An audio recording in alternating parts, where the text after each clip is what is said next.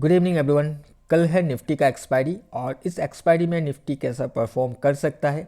क्या कल के दिन हमें ट्रेंडिंग मार्केट देखने के लिए मिलेगा या फिर कल एक साइडवे मार्केट रह सकता है, या फिर हमारा क्या प्लान होना चाहिए कल के दिन के लिए, आज के इस वीडियो में हम लोग समझने की कोशिश करेंगे। और उससे पहले आज का जो मेरा ट्रेड है मैं वो दिखा देता हूँ एक बार आपको।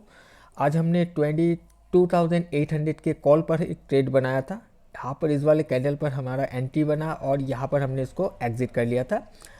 लगभग 1:4 के आसपास 1:3 प्लस का रिक्शा रेशियो हमने अचीव किया है आज के दिन 22,800 के कॉल पर। हालांकि आज के दिन मुझे बिल्कुल भी इंटरेस्ट नहीं था कि मैं लॉन्ग साइड में जाऊं, क्योंकि कल भी मैंने बताया था कि एक मूवमेंट हो चुका है तो आज या तो साइडवे हो सकता है या फिर थोड़ा रिट्रेस कर सकता है। बट मॉर्निंग में कुछ ऐसा ही स्ट्रक्चर बना था जिस वजह से मैंने लॉन्ग साइड के लिए एक प्लान किया है। अगर आप यहाँ पर देखोगे ये निफ्टी इंडेक्स का चार्ट इस साइड पर है एंड यहाँ पर ऑप्शन का है।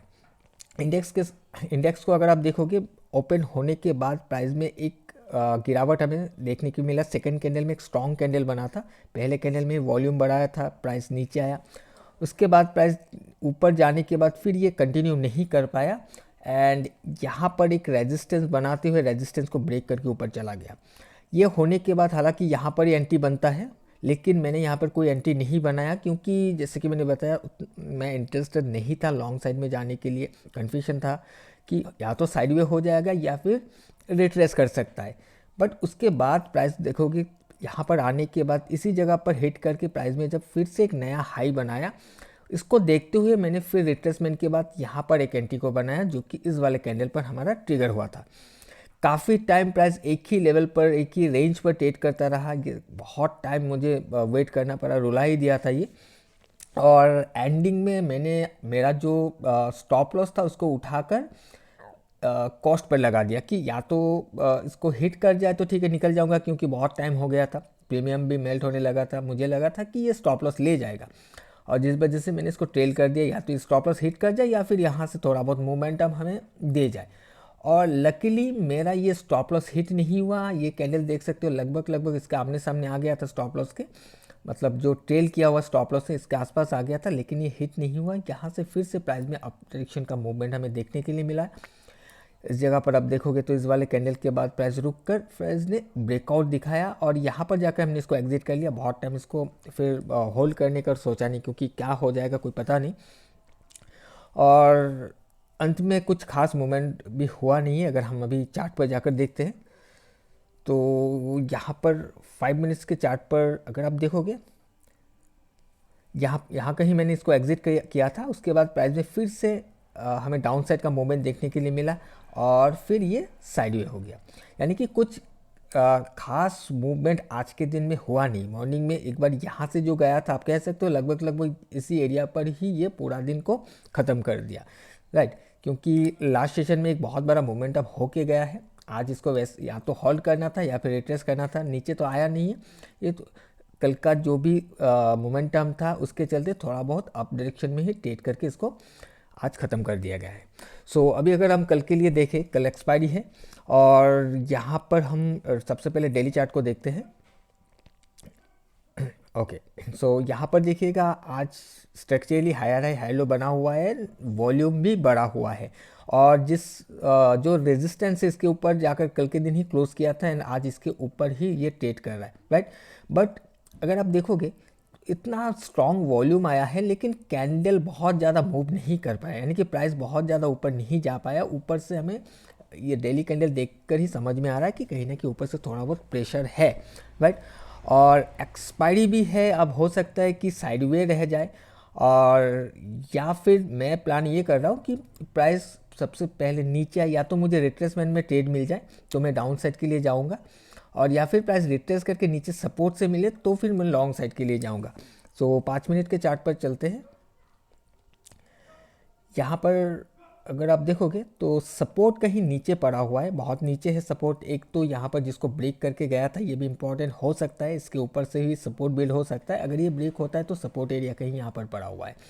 सो या तो इस एरिया से सपोर्ट बिल्ड करता है आकर तो फिर लॉन्ग साइड के लिए प्लान किया जा सकता है, या फिर इस एरिया से फिर से हो सकता है कि सपोर्ट बिल्डअप हो। कल के दिन हो सकता है कि एक रेड कैंडल हमें देखने के लिए मिले जो कि प्राइस यहाँ से इस सपोर्ट एरिया तक ले आए एंड उसके बाद नेक्स्ट सेशन में हमें यहाँ से फिर से बाउंस देखने के लिए मिले, ऐसा भी हो सकता है।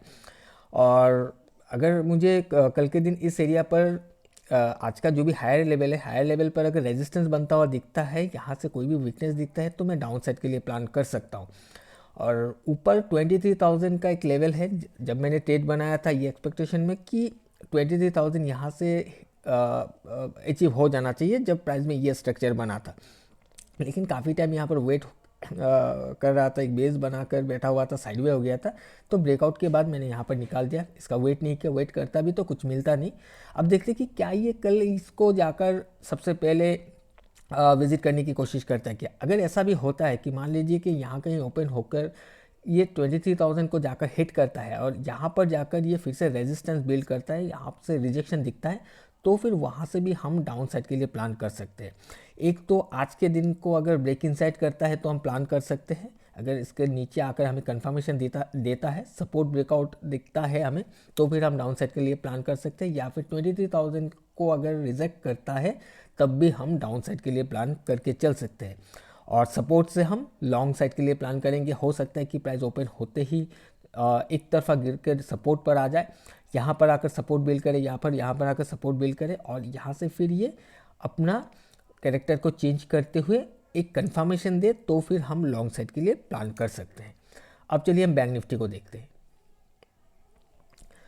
ऑलराइट, सो बैंक निफ्टी का भी कुछ वैसा ही है निफ्टी में जैसे हमें देखने के लिए मिला है।